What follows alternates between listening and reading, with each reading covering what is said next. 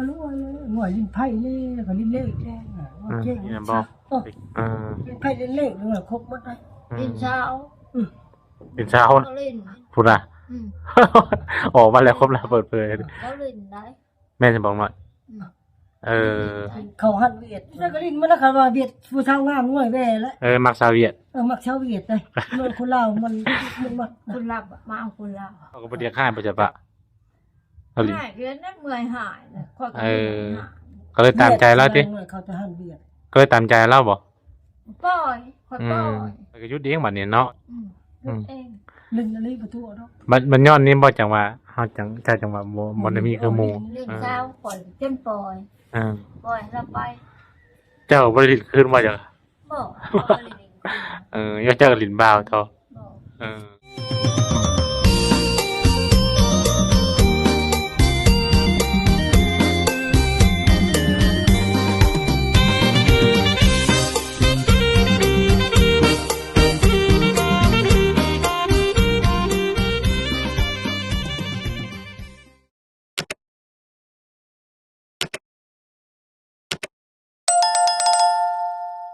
ทางอื่น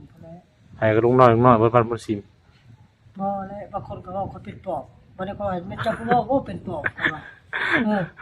จะเว้าทุกทีคอยอยู่สวรรค์น้อยเท่าใหญ่ผู้นั้นว่าผู้นี้เป็นปอบลุงน้อยเพิ่นมีแต่ว่าไอ้น้อยมันไปเรียกว่ามื้อนี้บ่มันไปเสิร์ฟบ่มาพี่เป็นผีปอบผีโพงพอแม่นเจ้าบ่เป็นผีปอบก็ว่าบ่ใหม่นี่บ่แต่บางผู้แลแต่ลุงน้อยไปเสียหญ้าเขาถามใครก็เปียกเฮาการไปทางนายไม้เด้ของการบ้านอีนายลังคดเนาะอีนายน่ะมีแนวทางว่าเจ้าเป็นปอบเขาก็บอกเพิ่นขึ้นเจ้าบ่เป็นปอบเป็นไอ้ที่ปอบมาทำเพิ่นขึ้นก็คือบ่นั่นเลยคือบ่ใหม่เลยไม่ถามลูกโทรหาลูกอยู่เพิ่นนี่ก็มันมีเงินอยู่บ่ใครก็เปียกเขาเขาเปียกวันนั้นแล้วว่าลูกมาเลยว่าสิไปถามลูกก็สิไปถามอ้ายฮะมาหิงก็ช่วยคนบ่ดีแหละบ่นั่นจะได้ยินอยู่ไสว่าเขาเป็นปอบว่าสิค่อยเว้าในตลาดคนในตลาดเว้าแซวๆอยู่เขาว่าจังน่ะบ่ลุงน้อยเขาบ่ปากน่ะปักพี่ปอบมายังเจ้าก็ว่าได้นะก็ไปซื้อของเก็บเป็นเจ้าเองว่าเป็นพี่ปอบว่าไปนี่เลยปักพี่ปอบมายังปักพี่ปอบปักน้อยพี่ปอบมันบ่เพราะว่ามันจะเป็นปอบปอบเขาอยู่ชาวบ้านจนน้อยเท่าใหญ่จนเฒ่าเลยไผก็ไม่รอพี่ปอบพี่พงเฒ่าบ่แล้วน่ะคายก็เปียกห้องการบ้านน่ะได้จะไปเลยเห็นเนาะครั้งอะไรห้องการบ้านบ่เห็นบ่อันพูนเจ้าอันคือมากันขายบวกให้เรานะบ่แม่เห็นที่คนละคนเนาะผู้ค้าก็เปียกกันนะอีนายไม้4คนนั่นปอบเจ้าเว้าแม่เจ้าเว้าเป็นข่อยว่าเจ้าเว้าทุกทีเด้อคนสะอาดได้น้อยดิบก็บ่ได้กินอย่าข้าวได้มาจะซื้อซีนมากระต้มได้ซื้อซีนกันเวลาก็แซนชีมากระต้มหมดมาแล้วก็ป่นทำแจ่วเจ้าคิดได้เขาว่านั่นก็ได้ก็ชื่ออยู่ได้คันเว้าเทื่อหน้าแล้วจักเลยเนาะชื่อเขาบ่ได้เป็นจังคนในตลาดก็ได้ยินที่ว่าเราเว้าสิติได้ยินเขาก็แนมหน้าซื่อเนาะก็ว่าลุงน้อยเอายังบ่เครียดเอาบ่กบก็เว้าเลยอีนั่นแล้วเว้าคนเดียวเอาบ่เครียดเอาบ่กบไปสิเลยเขาว่าบ่สดเจ้าได้นั่นบ่เขียดกบมันมีแต่เขียดไก่คนละบ่ซื้อปอบว่ากินกบแล้วเขาสิว่าฉันเป็นจักลุงน้อยบ่เคยไปปอบไปโพงบ่จักนะยังเขาว่าบ่สดอันแบบว่าบ่เขียดกบนี่จังซี่นะบ่บ้านนั่นนี่บ่บอกผู้หนึ่งบอกมดบ้านมาจากสะอาดนะจักเด้ตะกี้ดำหน้าพระกะลุงน้อยมาตกปัจจุบันนี้ว่าเขาเป็นปอบเป็นโพคนเว้นเจ้าว่าเป็นผีปอบค่อยว่าบ่จะไปอันในบ้านนี่หยังก็เขาบ่ได้ผิดปกติบ่แบบว่าเขาแบบบ่อยากปากกับเฮานั่นนี่ว่าผู้ทำก็ทำนะผู้ทำก็ทำบ่ลืมเขาก็บ่ทำไปใส่น้อยไปเฮ็ดบุญยันว่าแบบเขาลบหน้าลบหยังยินแบบมันหลีกเฮาสินะบ่มีติผู้ลึกเจ้าแล้วผู้ลึกเขาก็บ่ฮู้เลยลบบ่ฮู้เลยแล้วไม่เอาบ่มันตัวนึงบ่มีไปก่อนบ่ได้เฮือนของคิงก็มีไปตุ๊บกินน้ำพวนเขาจะตุ๊บกินน้ำอยู่ผู้เว้าเขาปิดบ่จะตุ๊บกินน้ำมันสบายเดินรถกันมันผ่านี่นะอีกตุ๊บคนนั่นแหละจะบ่ว่าสิเละบ่แต่เราบอกป้าจะไปเว้าไม่ได้เว้าเฮาเป็นปอบเป็นโพงเฮาเลยทุกที่ใต้ไปทางไหนก็สะอาดสิหายได้ว่าสิอยู่ JM ก็ย่องข่อยเฮ็ดบักปกบักข้างคือก็ย่องข่อย JM น่ะกับเจแซงน่ะลุงน้อยสะอาดเราบ่ได้เว้าไผผู้นั้นผู้นี้ของเป็ดของไก่ปูปักปูหยางงามดุลุงน้อยน่ะ ชาวแซงเจแซงอ่ะดิ ตอนน้ำมันน่ะดิ เออ เจ้าบอลว่าที่เลขผูกเฮากะได้แล้วตัวนะใหม่ยังก็ได้แล้วคนนี้เขาถึงใช้ไล่ พอแล้ว10 ล้านพอแล้วบ่ได้แล้วก็ค่อยขึ้นเลย มันคำเว้า ว่างเนาะ มันเสียหายเฮาบ่เป็นหยังดอก เฮาละคนสะอาดเชื้อชายเฮาอยู่อเมริกาเมืองนอกแคนาดารัฐพูเนียนี่น้องค่อยให้ คันค่อยเรื่องเว้าช่วยเขาพังนี่เขาโทรมามันนี่มึงชั่วเด้อมึงขายรู้จักไปซื้อราคาก็บ่มีเงินได้แล้วก็บ่เห็นดีนะขายรู้จักนี่ เราอยู่ต่างประเทศบ่ โอ้ก่อน เราก็เบิ่งอยู่ดิ โอ้ยเบิ่งในคอมเราก็บ่ได้ถ่ายคือเจ้าบ่ได้เบิ่งนั่นเราเบิ่งคอมบักไงพุ่นสั่นจะทงนี้หมดโอ้เราเบิ่งนอนโมนเลยมันสิบีคือเฮาคอมบักไงสำหรับประตูนี่สีขาวฉลุมจะทงนี้หมดรถเราก็2คันพุ่น เราบ่ได้ผ่าเงินมาใช่บ่ ผู้จะโน่บ่ใช่แล้วเราว่ากินลายกินเบียร์กินเหล้าสู้เลยแล้วเราบ่จะให้อยู่100 200แต่ YouTube เราให้400 YouTube แต่ปัจจุบันนี้บ่ได้บ่ บ่เบิ่น หรือว่าบ่ได้ติดต่อหาเพิ่นบ่ติดต่อหาเพิ่นอยู่บ่ ลูกมาก็เราก็ถ่ายอยู่เห็นขึ้นไปทางชุโนแล้วมีพอบอกว่าตายหมดเราก็เห็นแล้ว ดินถล่มมาดิ เห็นแล้วก็เราก็เห็นหมดกล่องบางใหญ่กล่องเราคอมเนาะมันก็ คอแล้วก็คอนะเพิ่นนั่นแล้วน้ำเอื้อยน้ำหยังน้ำน้องอยู่ต่างประเทศ พอ ครับ แล้วเราก็ค่าเฮือนค่าซ่านค่าน้ำนี่ ได้อยู่ดอกคนละ100 200สิบ่ได้บ่บ่มีได้เสือกคือหินนั่นน่ะคิดนี่แหล้ว อยู่ไปแล้วนี่แหละ หยัง อยู่ก็นี่แหละผลชอยฉันมันก็ดีใจแล้วก็ฮอดอยู่ลงพอบ่แซนบ่จิตบ่คำเจ้าพามีซะแซงแล้วก็บ่พึ่งทองแล้วก็ซอยอยู่ก็อยู่หลัก10คนนั้นชั้นนึงเขาว่า10 โลเห็นไข่เจนึง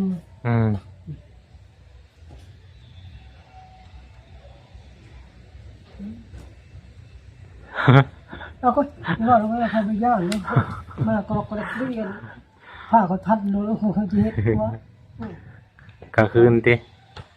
จักกระคนจักกระเว้นแล้วเบิ่งต่างๆบ่ได้เนาะไปจ้างร้อยล้านก็ยากนะ บางคนแปลกหน้าเลยบ่กินแม่ขนมปะ บ่ได้ยาบ่ได้กูก็ยานะขาก็ทิ้งแล้วก็ยานะ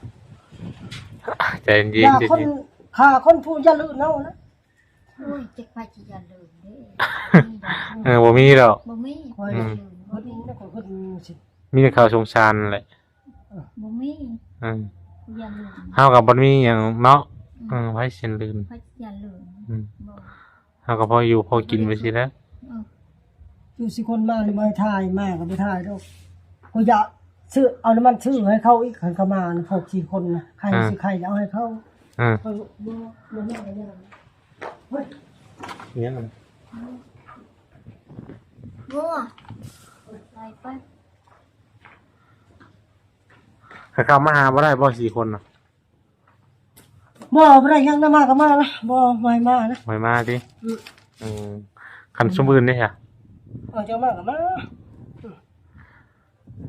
เป็นจังได๋บ่สิลองถามมึงจังว่าบ่อยากให้มาลองเราความรู้สึกใน ยั ใจ นมึงไปประนามเฮาต่อแล้ว ยัน ป แบบ ระนามมาลุงน้อยนั่นนี่ขายหมอกขายแกงขายปูนขายมันก็แล้วไปเลยเด้เนาะขายปูนก็ยังก็ขายเลยมันแข็งนี่ขาย เพิ่นมาแล้วเพิ่นถามเจ้าเรื่องนี้บ่หรือว่านั่น เพิ่นถามแม่แล้วบ่ว่าขายหมอกขายปูนขายก็ถามมาเลย แล้วก็บ่เว้าบัดนี้คันเพิ่นถามเว้าแล้วก็มีแต่ว่าปฏิเสธว่าบ่อยากเว้าเรื่องมันผ่านไปแล้ว มีเงินเบาลี่บ่ละเบาลี่นี่แหละเคยไปทหารหมดเคยแล้วก็ทหารกระทะได้แล้วพันซอยเท่านั้นเองพริกน้ำม้อยเองนี่พริกอะไรปฏิว่าทางผู้นั้นผู้นี้ซอยเป็นน้ำม้อยเองนี่ลูกก็ยังติข่อยลูกชาวคนก็เป็นน้ำพอแล้วเลยเขาจะหนกข่อยลูกก็ช่วยอยู่ และเฮาเปลี่ยนแปลงได้สิเป็นหยังบัดนี้ บ่ได้ก็ยากแม่บ่ได้เครียดแล้วพอซอยซำนี้อยู่ไปซำนี้แหละใครก็อายุบ่ฮอด100เนาะเอาเบิ่งไปเด้ผู้100ผู้บ่100ก็แม่เฮาเปลี่ยนแปลงอะไรก็ได้แหละบัดนี้เนาะมีแต่เฮาปรับปรุง บ่ได้ก็ยาก เมื่อยแล้วบ่ บ่ได้ก็ยากงัวเข้ามาเด้องัวมาสวนจ้ะ อันนั้นงัวอันนั้นไปแล้วกว่า ไป ไป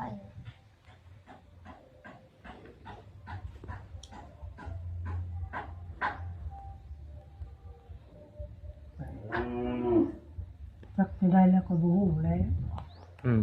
เฮ็ดคือหนูจันน่ะ พันพัวน่ะย่างตะคุกเองโลดมายังเอ้ยโอ้ยข่อยพันพัวข่อยมันเอาเงิน200,000 บาทเอาไปซื้อข้าวเจ้าไปขายเวียดนามมาแล้วไปให้ผู้สาวน้อย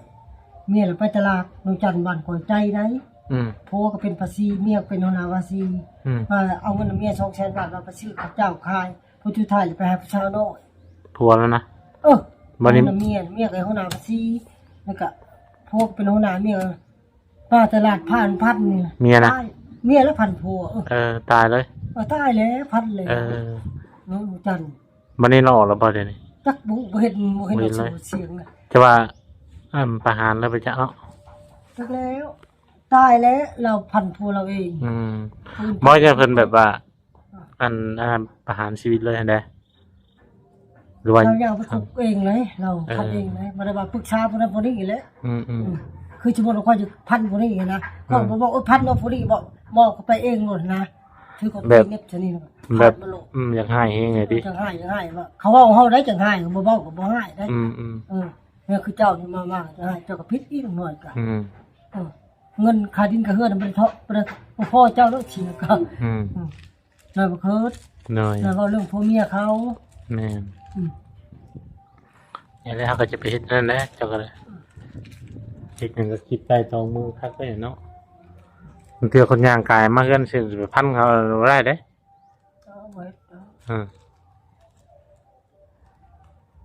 เขาสิคือตะมาดิ้นกับเพื่อนอย่าให้เขาละล่าสิอะไรนี่ให้ไผอีต้นก็จักแล้วไม่เฮานี่มาสิเอา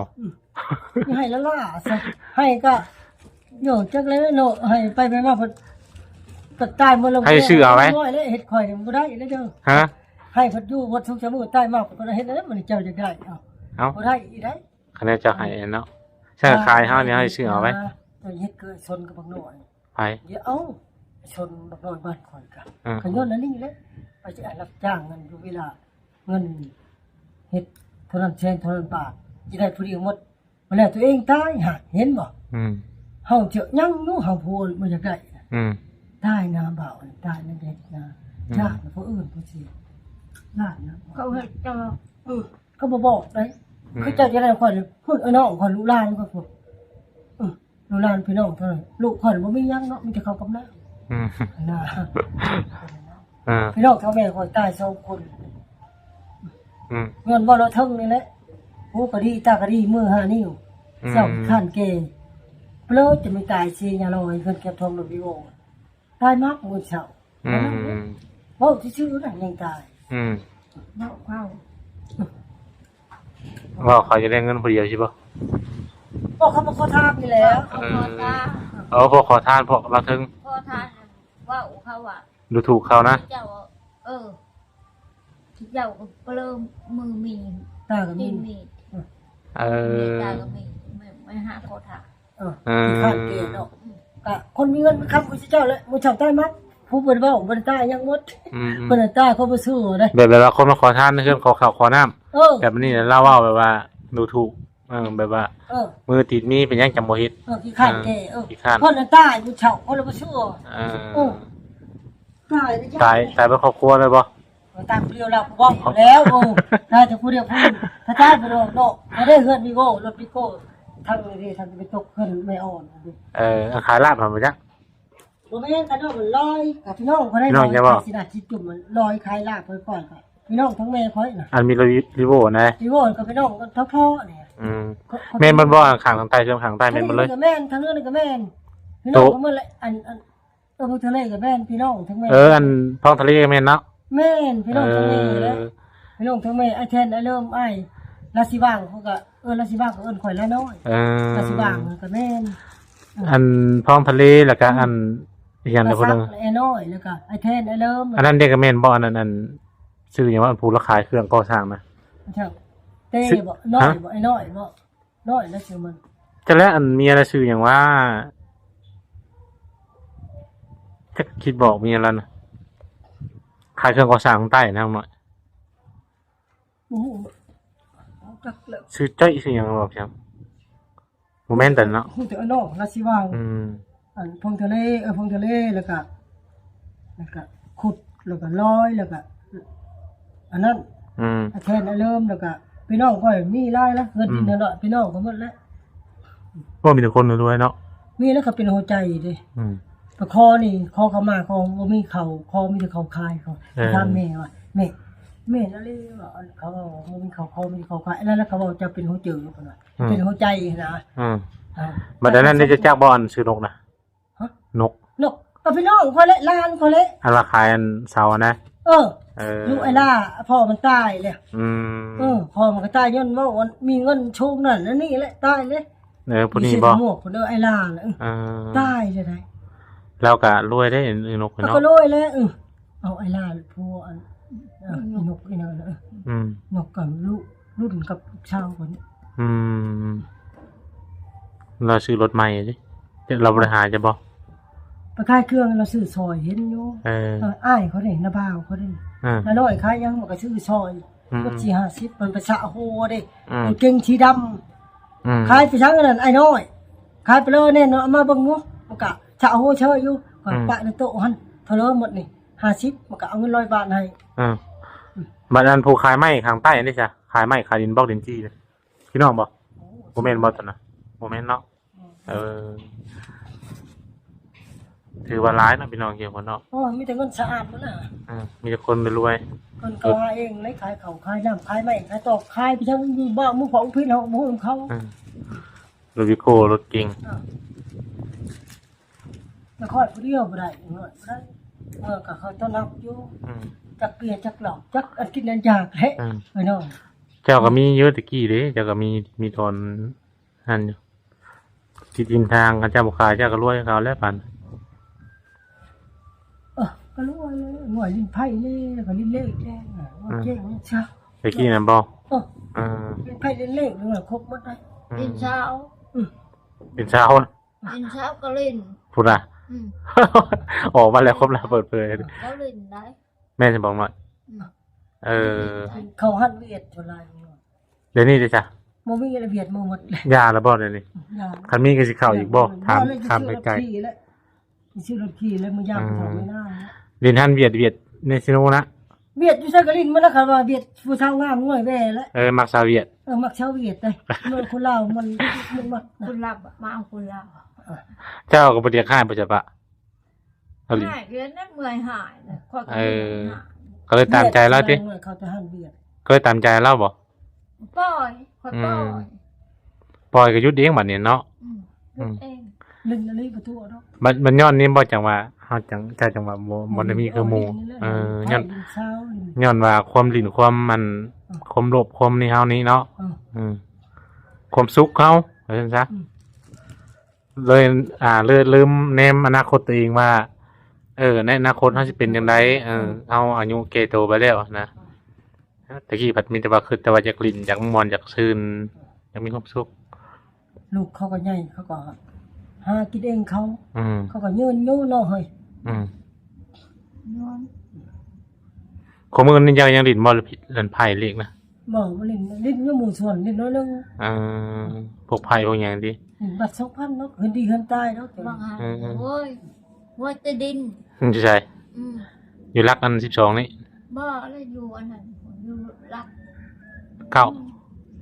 อยู่ลิ้นน้ำกันหมดและพวกแล้วก็ลิ้นน้ำกันหมดเขาอันนี้คนผู้เดียวพวกยวนพวกลิ้นหมดขออนุญาตว่าเนาะคันว่าคันสิย้อนไปอันปีกายนี่บ่ก็ลิ้นหมดพวกเขาสอนว่าอะไรลิ้นไผมันคือคนเฮาเห็นซุมเจ้านี่พากันลิ้นไผในอันบ่เวลาเขาตีตะคอยน้อยชนเวลาเขาก็ชนคอยคือกันอันลิ้นยวนมองอันเที่ยวมันก็มากระทันนี่เนาะลิ้นเฮากายไปเฮายังเห็นอยู่เจ้ายังมาขอเงินเฮาว่าขอเงิน 60,000 น่ะให้จืออยู่บ่ก็ไปซื้อข้าวเด้อจ้ะซื้อข้าว50แล้วก็ซื้อกูกินซื้อมาทู่เจ้าให้เด้อซื้ออีบ่ทีเฮาให้60เฮายังคิดมาหลังคิดหลังว่าจะว่าเราขอไปลิ้นไผเจ้าว่าพอเฮากายมันข้าวอีเด้อเขาลิ้นไผติ่มอ่างน้ำมาเด้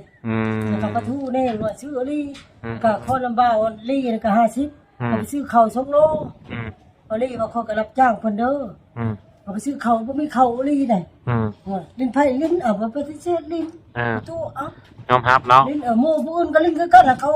ว่าบ่ลิ้นก็ยาเขาเรื่องของเขาก็ลิ้นคือกันเขาบ่บ่ลิ้นเขาโตบ่ลิ้นนะลิ้นเช้าก่อนเต็มปล่อยแล้วไป เจ้าบริลินขึ้นมาจาก บ่บ่ลิน ยกเจ้าลินบ่าวเท่า บ่ เออ บ่ลิน เบิดอันยามมันเราก็หยุดเองบัดนี้เนาะ ยามบนยามมันยุดลินหลาย คันมีอยากสิไปอยู่จังหน่อยถามเลยครับมีอยากสิไปบ่อลินหาเบียนหาเบิ่นนี่ โอ้ยก็ทัดทมมากันไป ฮะ ทัดทมหน่อยเนาะ ทัด เจ้ ทม สาวเก่ากับปักอันเวียงจันทร์งามๆถ่ายหุ่นกันเบิ่งบ่ ใช่เอาเนาะ ก็น้อยเนาะสนากะลา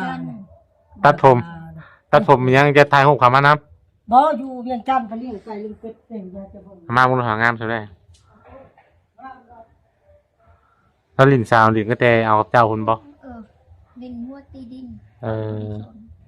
เจ้ากับบริหูซึกเสียใจเสียใจว่า เชื่อใจกับยาปล่อยไป แต่ว่าตอนแรกก็เสียใจเนาะแต่บัดนี้มันเห็นได้มันหามมาอยู่แล้วก็ มันก็ปล่อย หามมาอยู่แล้วก็เลยว่าปล่อยเลยตามใจแล้ว ไปไป จนมาถึงเมื่อนี่จนอันนี้บันเนาะไปบ่เป็นบัน ดินจนติดผู้ชายติดผ้าติดเพื่อติดไปติดติด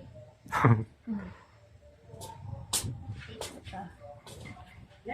ยากเอา บ้าจะมาให้เนาะคนก็เฮ็ดนี่ ใช่ ซื้ออ้อยซื้อเพิ่นนี่